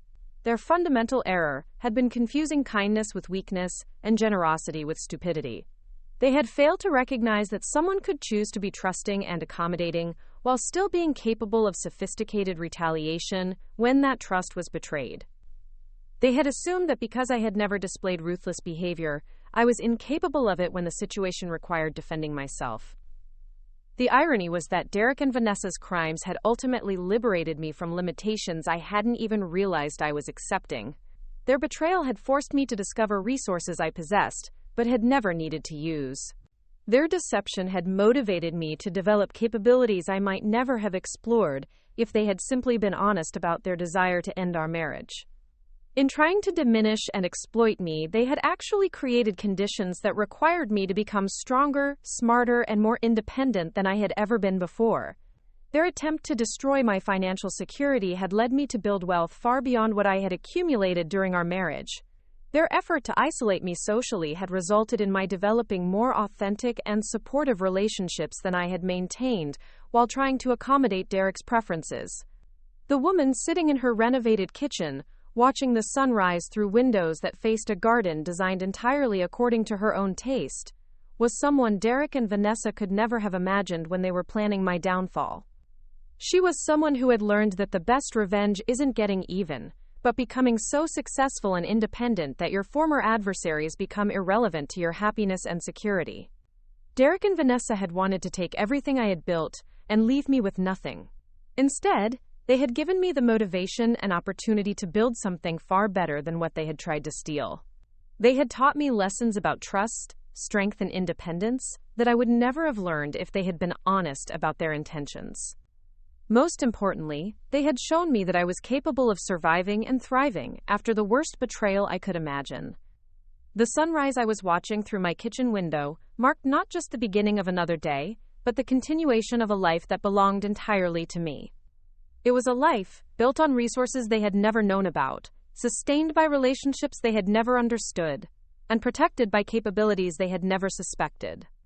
It was a life they had tried to destroy, but had instead made possible through their spectacular failure to understand who they were really dealing with when they decided to target June Morrison. 2 years had passed since that transformative sunrise in my renovated kitchen, and my life had evolved in directions I could never have anticipated during those dark months of discovery and legal warfare. The woman who had once measured her worth by her ability to maintain harmony in a fraudulent marriage had become someone who understood that true peace comes from building a life so secure and authentic that external threats become irrelevant. The professional recognition that had emerged from my experience with financial fraud investigation had developed into something far beyond what I had originally envisioned. Major law firms across the country now retained me as an expert witness in complex marital fraud cases, and my testimony had become instrumental in securing justice for dozens of other victims who had suffered similar betrayals. The skills I had developed while protecting myself from Derek and Vanessa's conspiracy had transformed into a specialized expertise that was changing how courts approached financial deception in divorce proceedings. More significantly, I had established the Morrison Institute for Financial Security, a nonprofit organization dedicated to educating people about protecting their assets from intimate partner fraud. The institute offered workshops, published research, and provided consulting services to individuals who suspected they might be victims of financial manipulation by spouses or romantic partners. The work was deeply fulfilling because it allowed me to prevent other people from experiencing the kind of systematic deception I had endured. The Institute had also become a vehicle for broader social change around issues of financial independence and relationship equality. We advocated for legal reforms that would make it easier to prosecute financial fraud between intimate partners, and we lobbied for educational programs that would teach people to recognize warning signs of financial manipulation before it reached criminal levels. The legislative testimony I provided had contributed to the passage of new laws in several states that strengthened protections for victims of intimate partner financial abuse. My international investment portfolio had continued to expand and diversify in ways that reflected both sophisticated financial planning and my growing confidence in my ability to navigate complex global markets. I now maintain significant assets in 7 different countries, including real estate investments that provided both financial returns and potential residence options. These properties weren't just investment vehicles, but carefully chosen locations where I could live comfortably if domestic circumstances ever required relocation. The cryptocurrency investments I had begun exploring after Derek's conviction had proven particularly lucrative, as my early adoption of digital assets had positioned me to benefit from their explosive growth. Unlike many investors who had entered these markets based on speculation or trend following, my approach was grounded in thorough research and strategic diversification that minimized risks while maximizing long-term growth potential. The privacy and security benefits of blockchain-based assets had also proven valuable for maintaining the kind of financial independence that made traditional forms of economic coercion impossible. These holdings existed entirely outside conventional banking systems, which meant they couldn't be frozen, seized, or monitored by anyone seeking to leverage financial pressure against me. The technology represented the ultimate evolution of the offshore protection strategies I had begun implementing years earlier. My social life had developed into something far richer and more authentic than anything I had experienced during my marriage to Derek. The friendships I had cultivated were based on genuine compatibility and shared values rather than social convenience or geographic proximity. These relationships had been tested by the crisis period of my divorce, and had emerged stronger because they were built on foundations of mutual respect and genuine caring. I had also developed romantic relationships, though these were structured very differently from my marriage to Derek. The men I chose to spend time with were financially independent individuals who appreciated rather than felt threatened by my success and autonomy. They were people who enhanced my life without requiring me to diminish myself to accommodate their insecurities or limitations. These relationships operated on principles of mutual enhancement rather than codependency. We shared experiences, resources, and emotional support when it served both parties' interests, but we maintained separate financial lives and independent decision-making authority. The arrangement provided companionship and intimacy without the vulnerabilities that had made me susceptible to Derek's exploitation. The legal aftermath of Derek and Vanessa's cases had continued to unfold in ways that provided ongoing satisfaction and validation of my strategic choices. Derek's attempts to rebuild his professional reputation after completing his prison sentence had been consistently unsuccessful, as potential employers invariably discovered his criminal history during background checks. His conviction for financial fraud had essentially made him unemployable in any position requiring trust or financial responsibility. Vanessa's situation had deteriorated even further than Derek's, as her restitution obligations had proven impossible to meet on the minimum wage income she was able to earn with her criminal record. She had been forced to declare bankruptcy, which had eliminated some of her debts but had also destroyed any remaining credit or financial credibility she might have possessed. Her relationship with her daughter remained strained, as the teenager continued to be embarrassed by her mother's criminal notoriety and its impact on her own social relationships. The broader social consequences of their crimes had also continued to ripple through our former community in ways that reinforced the deterrent effects of their punishment. Other couples who had been experiencing marital difficulties had apparently been shocked by the revelation that seemingly successful people like Derek and Vanessa could destroy their lives so completely through financial fraud and adultery. Several marriages that had been heading toward divorce had instead sought counseling and reconciliation after witnessing the devastation that resulted from Derek and Vanessa's choices. The professional networks that Derek had once dominated had also undergone significant changes as a result of his criminal exposure. Business practices that had previously been considered aggressive but acceptable were now viewed with suspicion and scrutiny.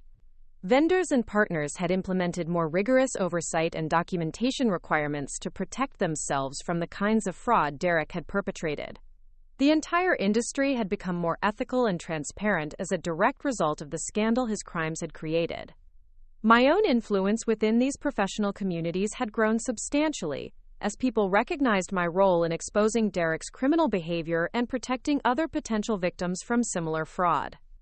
I was frequently invited to speak at conferences and seminars about financial security and fraud prevention, and my expertise was sought by organizations seeking to improve their internal controls and oversight mechanisms. The educational initiatives I had developed through the Morrison Institute had also begun to influence academic curricula at business schools and law schools across the country.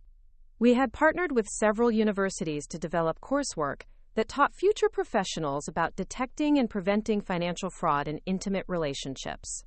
These programs were producing graduates who were better equipped to recognize and respond to the kinds of crimes Derek and Vanessa had committed. The research component of the Institute's work had also contributed to a growing body of scholarly literature about intimate partner financial abuse and its long-term consequences for victims in society. Our studies had documented the psychological, economic, and social impacts of financial deception in relationships, providing evidence that had influenced policy development and legal reform efforts in multiple jurisdictions. The technology sector had also begun to take notice of our work, as several companies had approached us to develop software and applications that could help individuals monitor their financial security and detect potential fraud in real time. These partnerships had resulted in innovative tools that provided early warning systems for people who might be at risk of financial manipulation by intimate partners. The international recognition of my expertise had led to consulting opportunities with foreign governments and international organizations that were developing their own approaches to intimate partner financial abuse. I had testified before parliamentary committees in 3 different countries, and had contributed to the development of international protocols for investigating and prosecuting financial crimes between spouses and romantic partners.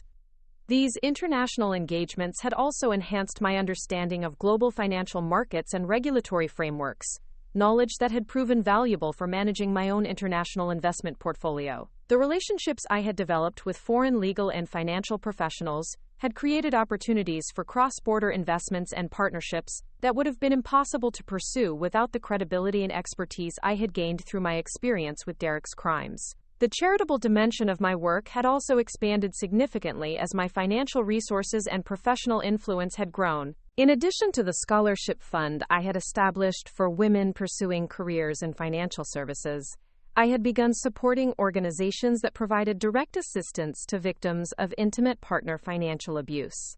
These groups offered legal aid, financial counseling, and emergency assistance to people who were trying to escape from economically abusive relationships. The impact of these charitable activities extended beyond the direct assistance they provided to individual victims. They also contributed to broader social awareness of intimate partner financial abuse as a serious social problem that required coordinated prevention and intervention efforts. The public education campaigns we funded had helped to normalize conversations about financial security in relationships, and had encouraged more people to seek help when they suspected they might be victims of financial manipulation. The creative projects I had pursued as part of my personal healing and growth had also evolved into more ambitious endeavors that combined artistic expression with social advocacy. I had written a memoir about my experience with Derek and Vanessa's betrayal that had been published to critical acclaim and commercial success.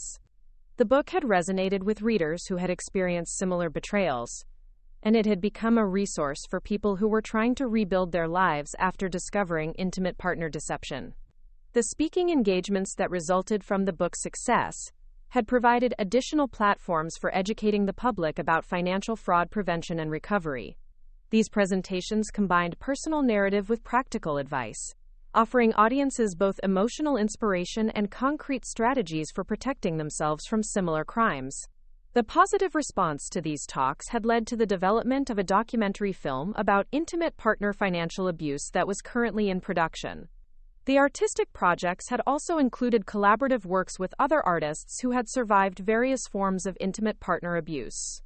These collaborations had produced exhibitions, performances, and publications that explored themes of resilience, recovery, and empowerment. The creative community that had developed around these projects had become another source of meaningful relationships and ongoing personal growth. The travel opportunities that had emerged from my international consulting work had also contributed to my personal development in unexpected ways.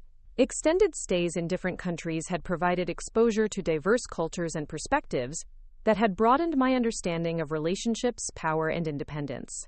These experiences had reinforced my appreciation for the freedom and security I had achieved, while also inspiring new approaches to living and working that I was gradually incorporating into my daily life. The language skills I had developed during these international experiences had also proven valuable for managing my global investment portfolio and for communicating with foreign partners and clients. The ability to conduct business in multiple languages had enhanced my credibility and effectiveness in international markets, while also providing personal satisfaction and intellectual stimulation. The physical and mental health benefits of my transformed lifestyle had continued to accumulate over time. Regular exercise, stress reduction, and the satisfaction of meaningful work had contributed to a level of vitality and well-being that surpassed anything I had experienced during my marriage to Derek.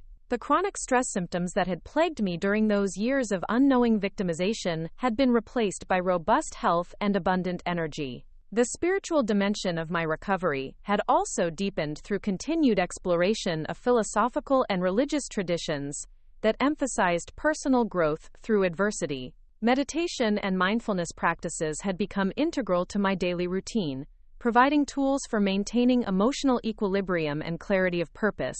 These practices had also enhanced my ability to make strategic decisions and to maintain perspective during challenging situations. The mentorship relationships I had developed with younger women who were building their own careers in financial services had provided opportunities to share the practical knowledge and strategic insights I had gained through my experiences. These relationships were mutually beneficial, as they allowed me to contribute to the next generation of female financial professionals, while also keeping me connected to emerging trends and innovations in the industry. The technological innovations that continued to emerge in the financial services sector had required ongoing education and adaptation to maintain my competitive edge.